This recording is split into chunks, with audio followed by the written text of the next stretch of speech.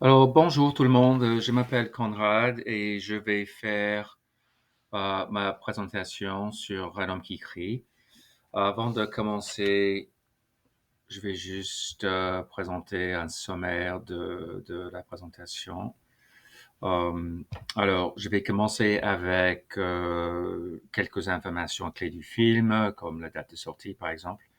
Ensuite, je vais parler rapidement du scénario.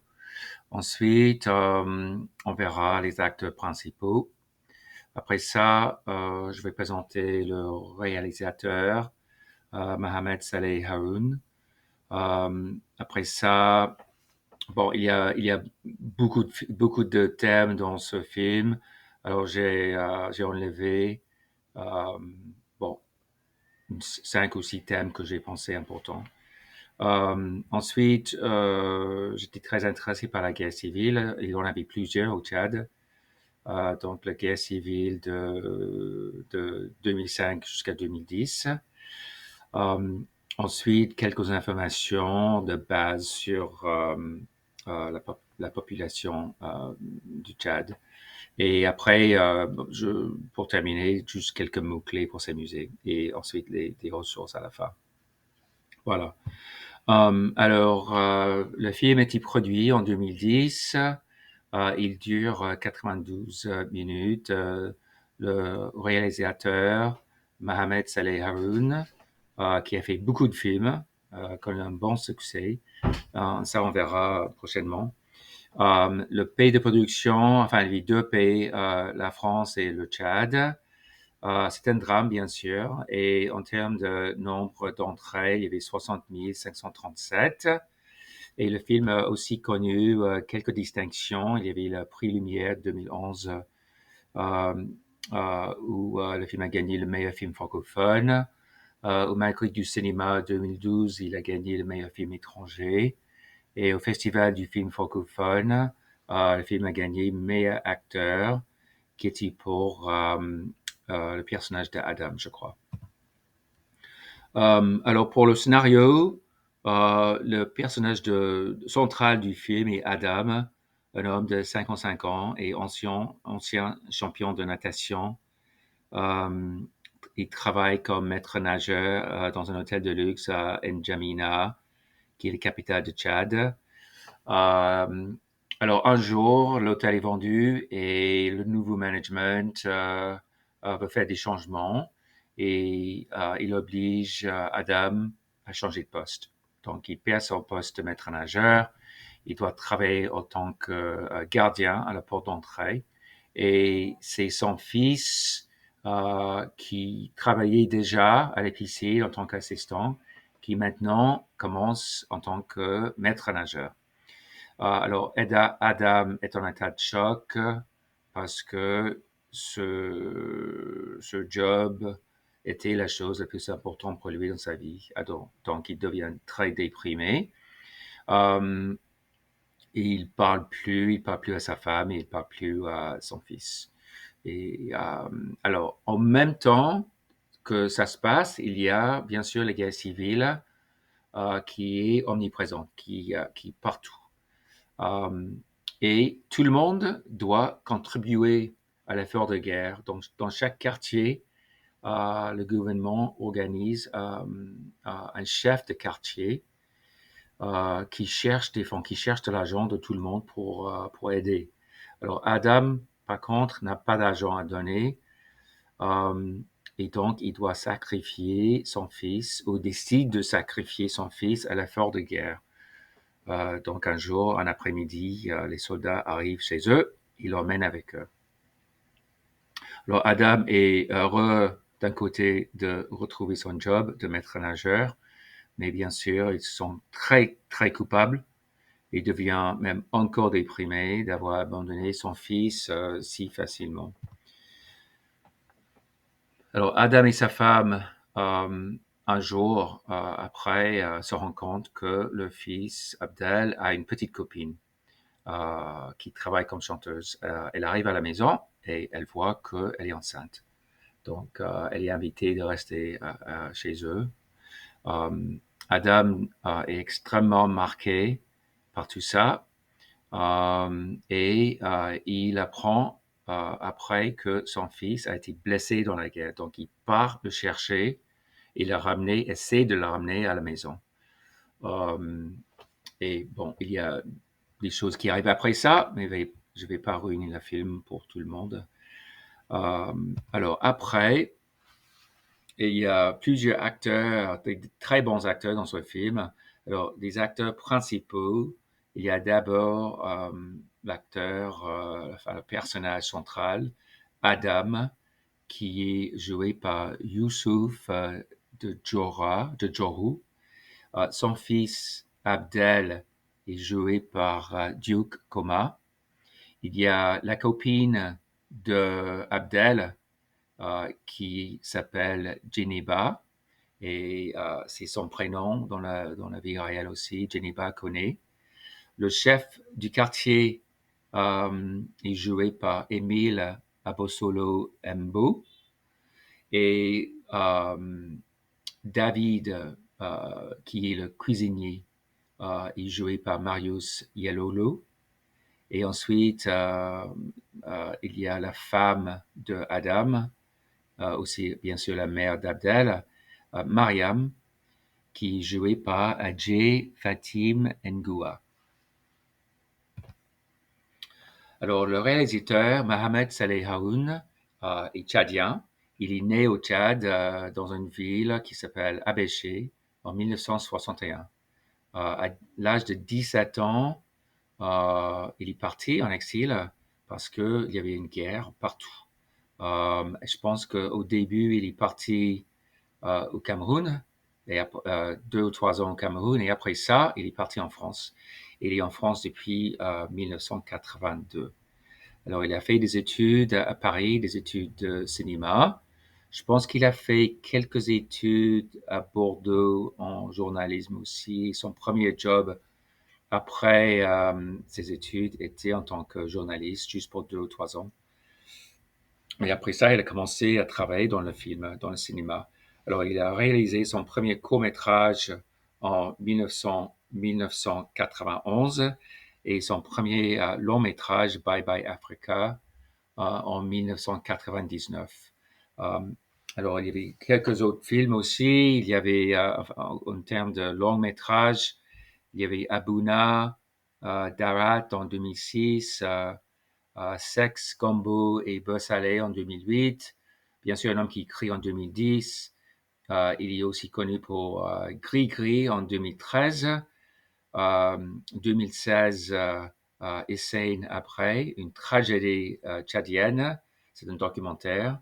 Une saison en France 2017 et en 2021, Lingui, les liens sacrés. Voilà, pour les longs métrages et quelques courts métrages aussi. Bord d'Africa en 1995, Sotigui Kouyaté, un griot moderne en 1997, B400 aussi en 1997, Letter from New York City en 2001 et Kalala, un documentaire en 2005. Donc, il a connu aussi plusieurs récompenses et je vous laisserai lire tout ça après.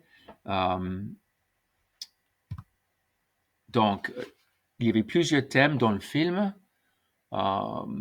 Les thèmes qui m'ont frappé le plus, je pense, c'est d'abord, enfin, on a parlé de ça, la beauté masculine, euh, qui est pas un sujet traité souvent dans les films africains. Donc ça, c'était très intéressant. Et bon, on voit, c'est pas uniquement la beauté en physique, mais aussi en termes des relations entre père et fils.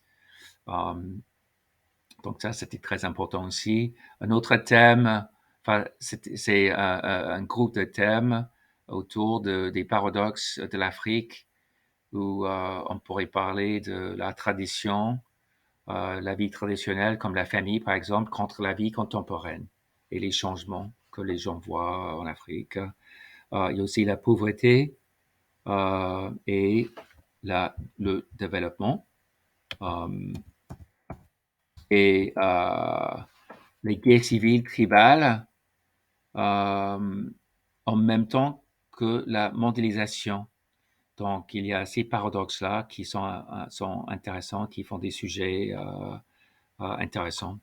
Alors, la présence des Chinois en Afrique, je pensais, j'avais lu quelque chose sur ce sujet, je pensais que c'était intéressant. Enfin, il y a aussi des Américains, des sociétés américaines, des sociétés françaises, des Anglais. Donc, il y a beaucoup d'investisseurs différents, des pays différents en Afrique.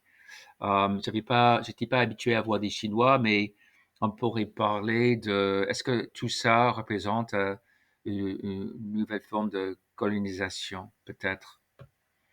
Donc ça, c'est intéressant. Un autre thème, c'est le contraste entre le luxe d'un grand hôtel international où on voit que des clients blancs, des soldats, des peacekeeping troops, contre les conditions des habitants locaux.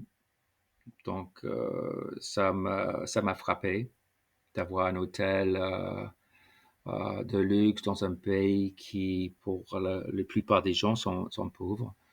Euh, et un autre thème qu'on pourrait discuter, on voyait ça dans le film, c'est la vie courante dans un pays démocratique comme les États-Unis, par exemple, contre la vie quotidienne d'un pays comme le Tchad, qui est dirigé par un régime autoritaire.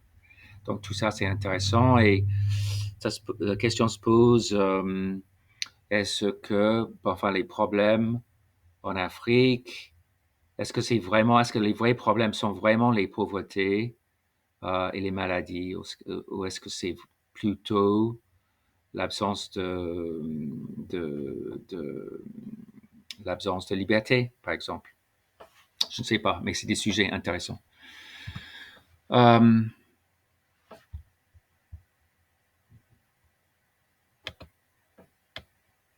alors, excusez-moi, j'avance la diapositive. Alors, la guerre civile tchadienne, alors, il y en avait plusieurs. Euh, alors, cette guerre, la guerre qui se passe en même temps que le film, euh, était une guerre qui a commencé en 2005 et a terminé en 2010. Euh, L'époque du film, c'était 2006, je crois. Et à cette époque-là, le Tchad est en pleine guerre civile. D'un côté, il y a des forces du gouvernement et de l'autre, une coalition de groupes rebelles. Alors, depuis son indépendance de la France en 1960, Tchad a été souvent en état de guerre civile entre les Tchadiens du Nord, qui sont plutôt d'origine musulmane, et les Tchadiens du Sud, qui sont plutôt d'origine chrétienne. Alors, le leadership du pays a donc souvent changé entre les deux groupes selon qui gagnait la guerre.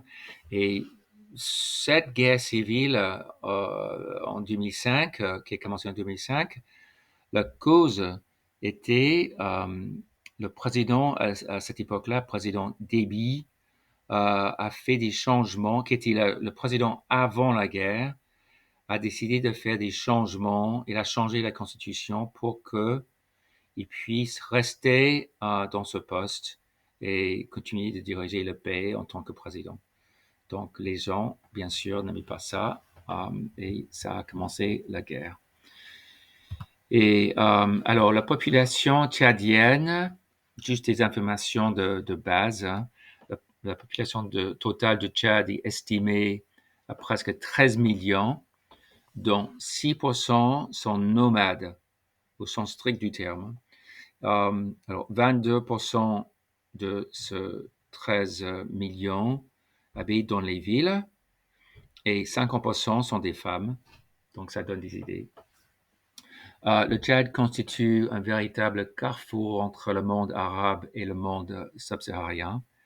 Le résultat de siècles de migration des gens de l'Est et des gens du Nord, c'est en fait un grand mélange de diversité ethnique, de coutumes et de religions qu'on voit au Tchad. Et juste dans les langues, il y a à peu près, je crois, 140 langues différentes. Euh, les conditions de vie sont précaires. Euh, il y a seulement 1% des ménages qui ont accès à l'électricité. 80% n'ont pas accès aux toilettes modernes et 83% dépendent de l'agriculture.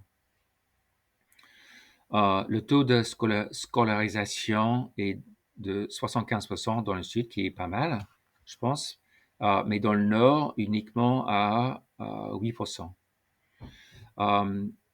Et comme je viens de dire, il y a environ 140 langues au Tchad, et les deux langues principales sont les deux langues qu'on a entendues dans le film, c'est les langues arabes et français. Et juste pour ce musée, j'ai trouvé quelques mots-clés. Il y en avait plusieurs, bien sûr, enfin beaucoup plus que ça. Et ces mots sont arabes, comme clando, qui est un taxi-moto, ferik, qui est un campement de nomades. Le mot, j'aime bien aussi gelta, qui sont des poches d'eau dans la sable. Je pense pas qu'on a un mot pour ça en anglais. Nasara, qui est un visiteur de peau blanche. Et donc des mots arabes. Et aussi des mots français, comme boule, qui est une spécialité de riz ou mil. Il y a piste, qui est un réseau routier. Tapis rouge, qui est une période d'immobilisation où toutes les voitures qui circulent dans la ville doivent s'arrêter quand le président passe dans sa voiture. Voilà. Alors voilà ma présentation. J'espère que vous l'avez trouvée intéressante et je vous verrai tous lundi dans notre bavardage. Au revoir.